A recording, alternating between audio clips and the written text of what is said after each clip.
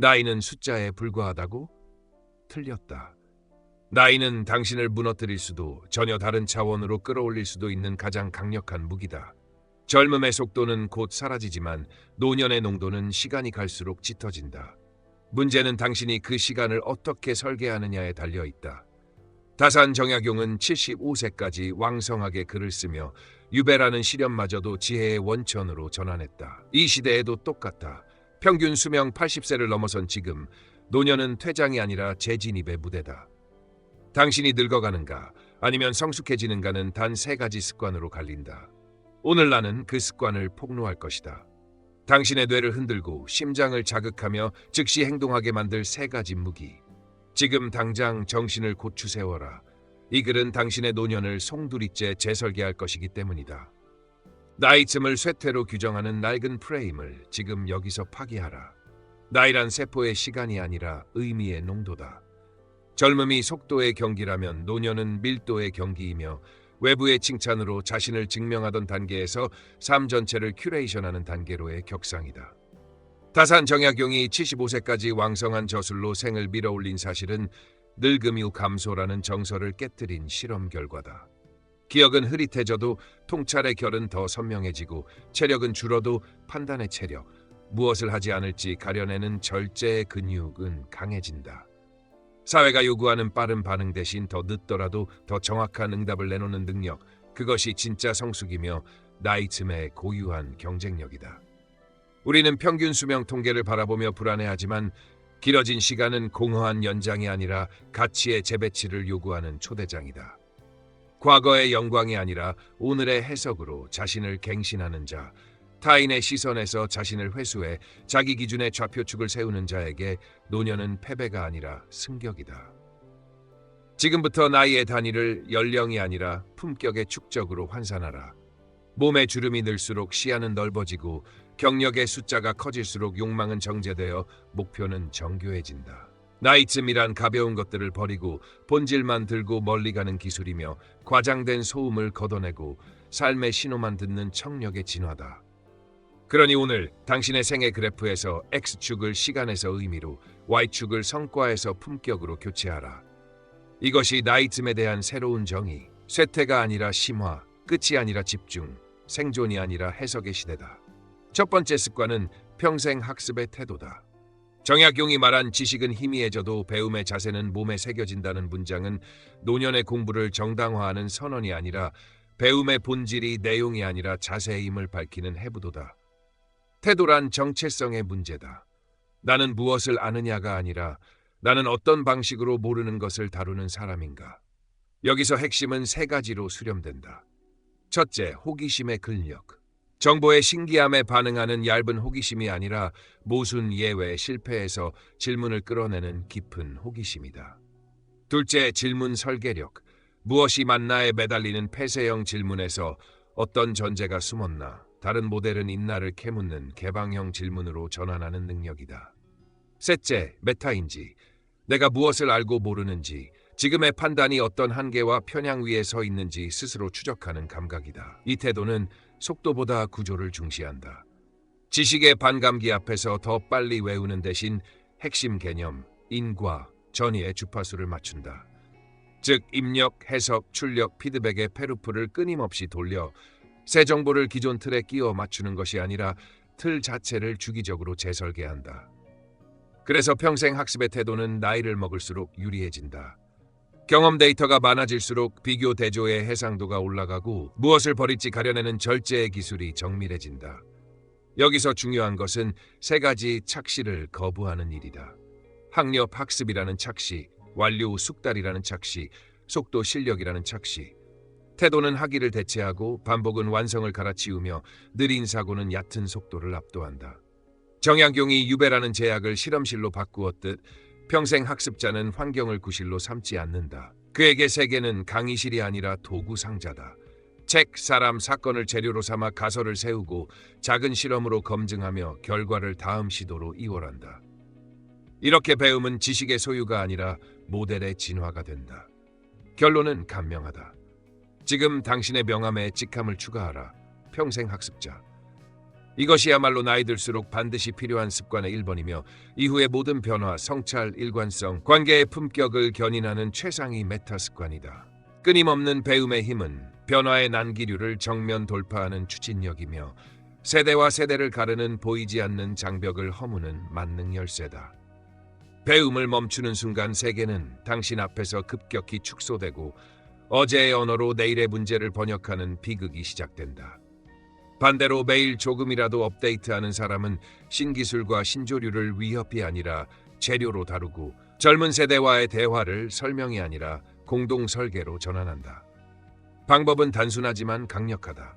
하루 15분의 짧은 집중으로 정보를 흡수하고 전문장으로 요약해 기억의 고리를 잠그며 1가지 행동으로 전환하는 15제5일 루틴으로 입력, 정리, 실행의 회로를 닫아라. 뉴스피드에 휩쓸리지 않으려면 검색, 판별, 정리의 디지털 리터러시 스택을 구축하라. 검색은 신뢰할 만한 키워드와 출처를 미리 정한 화이트리스트로, 판별은 근거 날짜, 이해관계의 삼각 검증으로, 정리는 한 문장 인사이트와 한 장 표로 귀결되도록 자동화한다.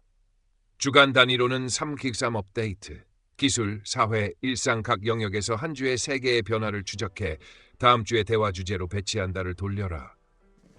세대 간 대화에선 바라보다 탐문이 먼저다.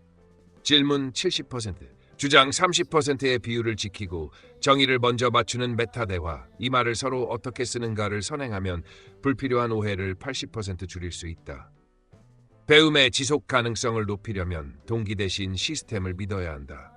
캘린더에 고정 슬롯을 만들고 매일 같은 시각, 같은 장소, 트리거, 행동 보상의 고리를 설계하며 알람 의자에 앉기, 15분 타이머 시작, 작은 체크인 보상. 진행 상황은 가시화한다. 연속 일수, 누적 시간, 적용 사례. 성과는 느려 보이지만 복리로 쌓인다. 오늘의 1% 업데이트는 내일의 1% 적응력, 모레의 1% 설득력으로 전이된다. 결국 끊임없는 배움은 정보를 모으는 취미가 아니라 경쟁 우위를 유지하는 운영체제다. 당신의 일상에 이 운영체제를 설치하는 순간 신기술은 당신의 언어로 번역되고 신세대는 당신의 협력자로 편입되며 당신의 내일은 더 이상 과거의 연장선이 아니라 능동적 설계의 결과가 된다. 다양성을 탐하는 학습은 지식을 늘리는 수평 확장이 아니라 통찰을 증폭시키는 수직 도약이다. 정약용이 경세유표로 제도와 경제를 설계하고 목민심서로 행정의 현장을 정비하며 흠흠신서로 법과 증거의 기준을 다듬고 마과회통과 강역고로 의학과 지리의 틀을 정교화한 이유는 단순한 박식함이 아니라 연결이라는 운영 원리를 체화했기 때문이다. 핵심은 분야의 경계를 소비자가 아니라 설계자의 시선으로 다루는 것이다. 정치의 원리에서 인센티브의 구조를 추출해 조직 운영에 이식하고 의학의 진단, 처방, 추적 프레임을 전략 수립의 가설, 실험, 피드백 루프로 전환하며 지리의 공간 사고를 데이터 아키텍처와 의사결정 동선 설계에 매핑한다.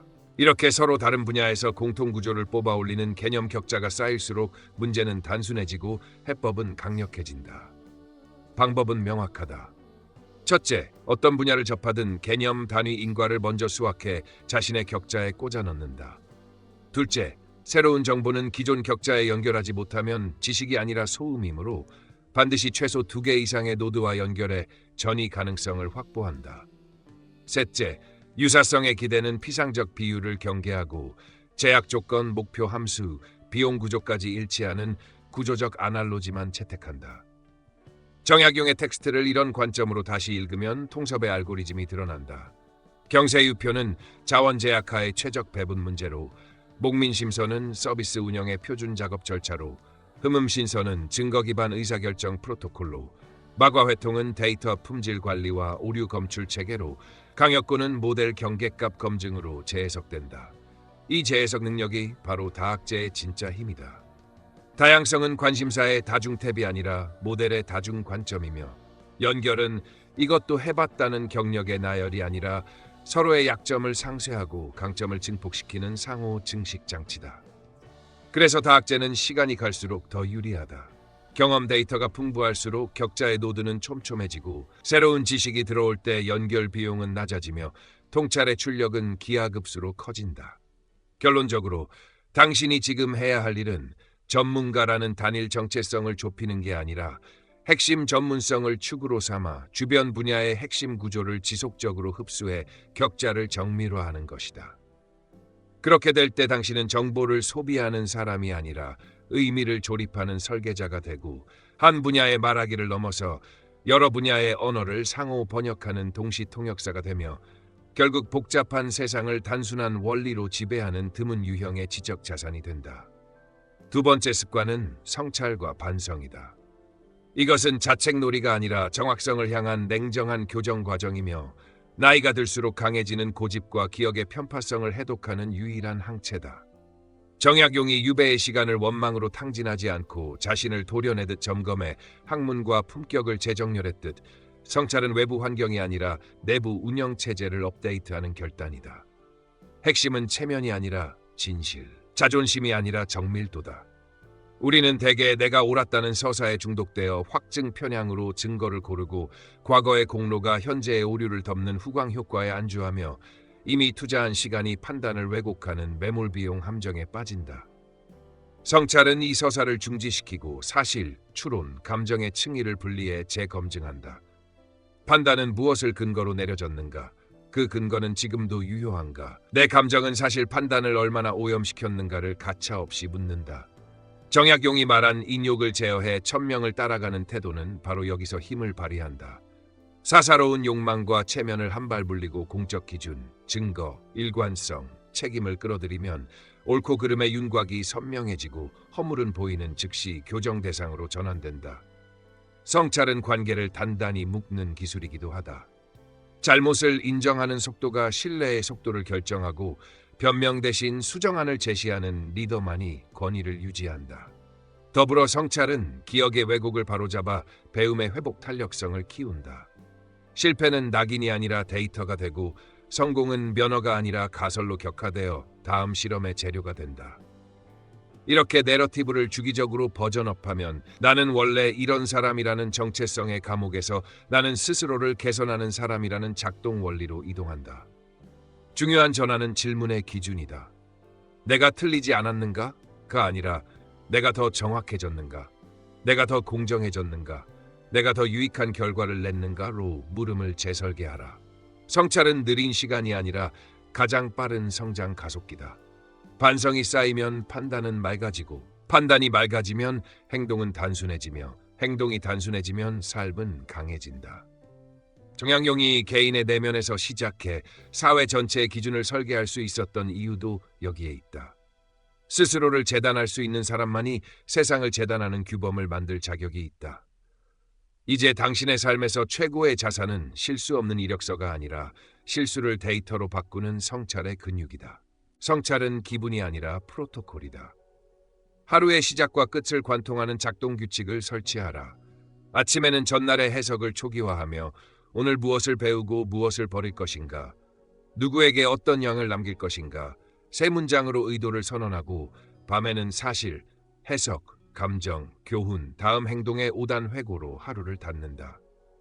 사실에서는 관찰 가능한 사건만 적고 해석에서는 내가 부여한 의미와 전제를 분리하며 감정에서는 부끄러움, 분노 같은 정서를 명명해 인지하고 교훈에서는 재발 방지의 원리를 뽑아내며 다음 행동에서는 24시간 내 실행 가능한 한 가지를 지정한다. 주간에는 30분을 확보해 프리모텀, 포스트모텀의 쌍으로 일과 관계를 점검한다. 시작 전 프리모텀에서는 무엇이 실패하게 만들 수 있는가, 지금 보지 못한 제약은 무엇인가, 성공을 지나치게 낙관하는 심리는 무엇인가를 적어 리스크를 드러내고 끝난 뒤 포스트모텀에서는 어떤 결정이 결과를 좌우했는가, 그 결정의 근거는 여전히 유효한가, 다음에 반복한다면 무엇을 바꿀 것인가를 구체화한다. 월말에는 90분을 들여 중단, 지속, 시작, 리셋을 실행한다. 쓸모없어진 습관이나 기준을 과감히 중단하고 가치와 성과를 동시에 낳는 루틴은 강화하며 다음 달에 한 가지 실험을 시작한다.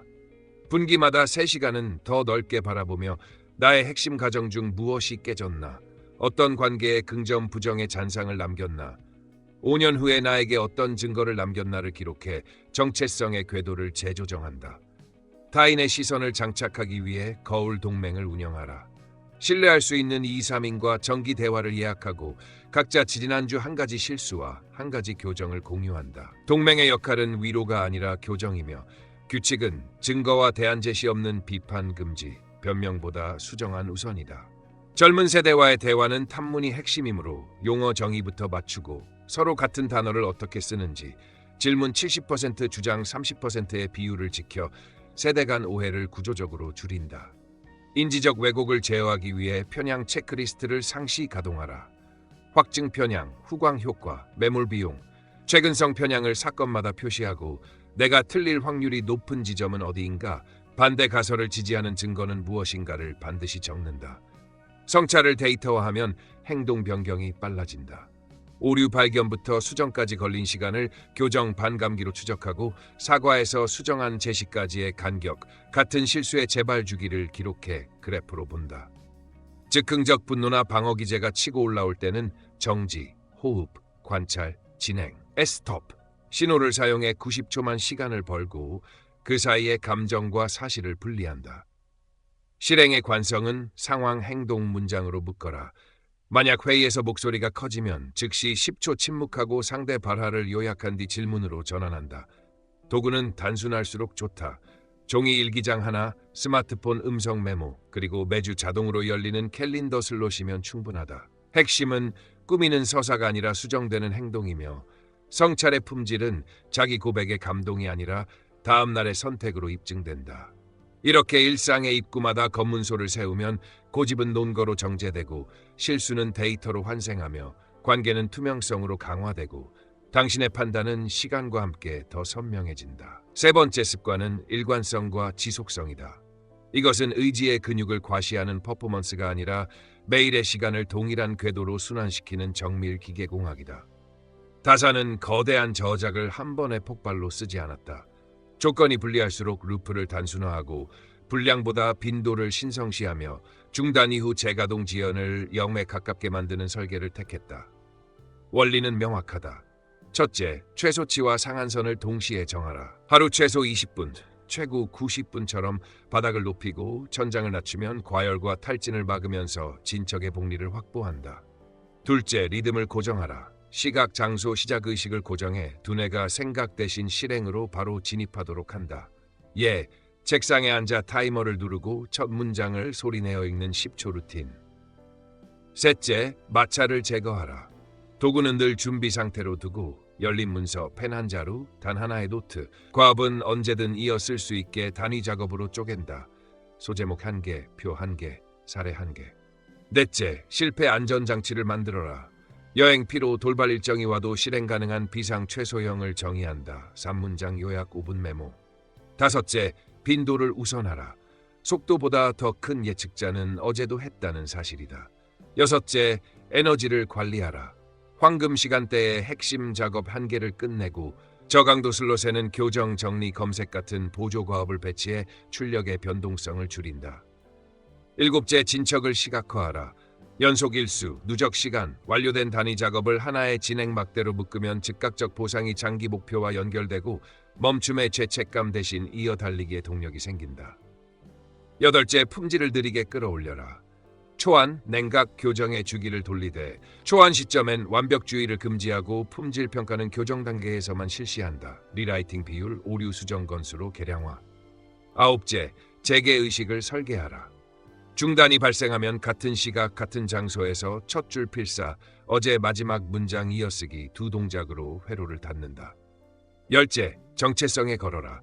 나는 꾸준히 하는 사람이라는 선언을 매일의 체크로 증명할 때 습관은 의지가 아니라 신분이 된다. 이렇게 일관성과 지속성의 엔진이 가동되면 당신의 하루는 더 이상 우연한 영감의 간헐천이 아니라 예측 가능한 생산의 발전소가 되고 시간은 적이 아니라 아군이 된다. 작고 사소한 목표는 게으름의 변명이 아니라 거대한 성취를 호출하는 가장 강력한 설계 원칙이다. 완벽주의는 시작을 영구 보류시키는 고급 형태의 미루기일 뿐이고 작은 목표는 시작의 저항을 파쇄해 행동을 현실로 호출한다. 핵심은 목표를 깨가 아니라 가동 가능하게 정의하는 것이다.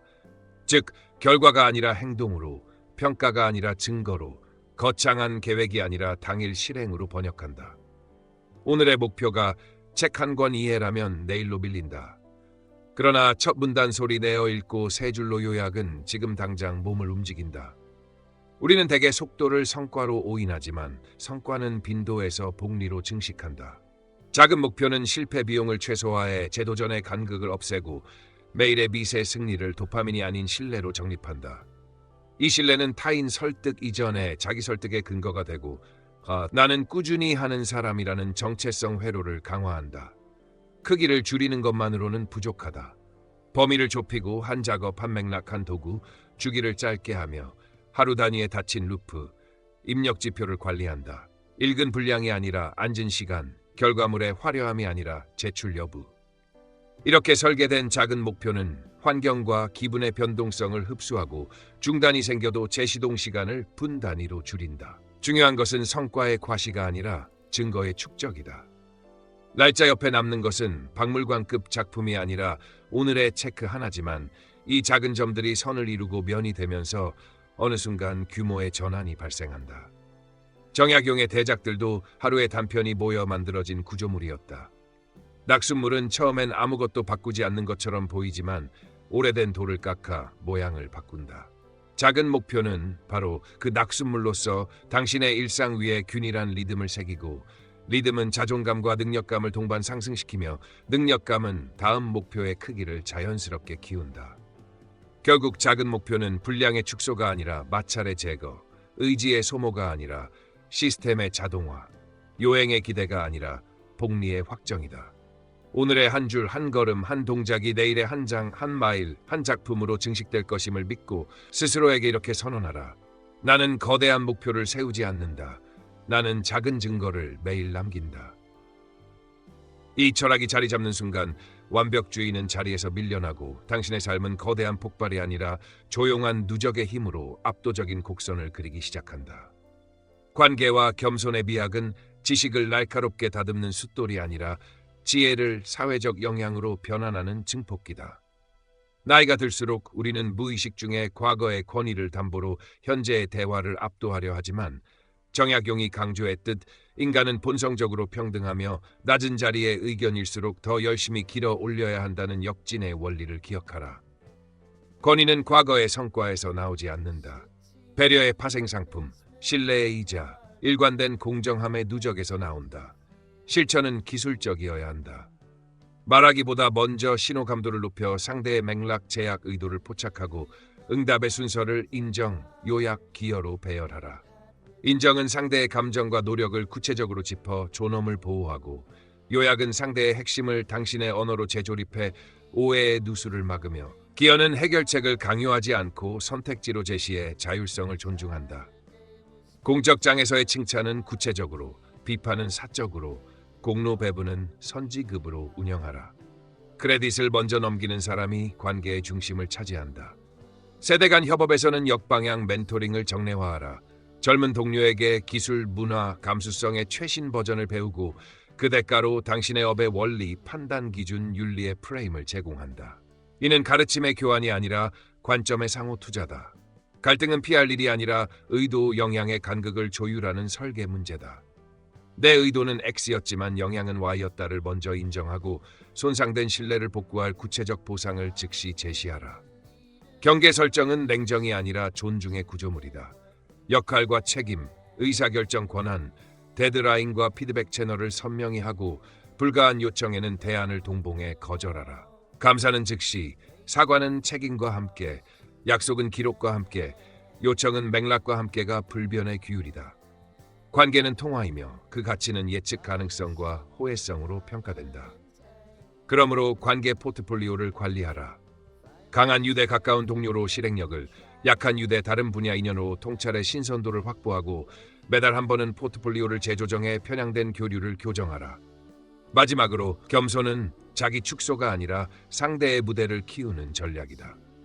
회의에서는 가장 조용한 사람에게 먼저 발언권을 주고 결정문에는 반대 의견의 논거를 함께 기록하며 성과 발표에서는 나의 문장을 우리의 문장으로 번역하라. 이렇게 관계의 미학을 체화하면 당신의 말은 설득이 아니라 초대가 되고 당신의 영향력은 지시가 아니라 신뢰의 확산으로 작동한다. 이는 노년의 품격이자 리더십의 최종 형태, 사람을 이기는 것이 아니라 사람을 키워 함께 이기는 방식이다. 노년은 에필로그가 아니라 제2의 서막이다. 은퇴는 직함의 종료일 뿐 소명의 유효기간은 갱신 가능하다. 이제 시간은 생계의 방패가 아니라 의미의 자본이 된다. 전략은 단순하다. 삶을 다시 설계하되 과거의 경험을 원천 기술로, 오늘의 호기심을 신제품 파이프라인으로 전환하라. 우선 미래 이력서를 작성하라. 앞으로 3년 동안 어떤 문제를 해결했고 누구에게 어떤 가치를 남겼는지, 어떤 기준으로 의사결정을 했는지를 과거형으로 적어본다.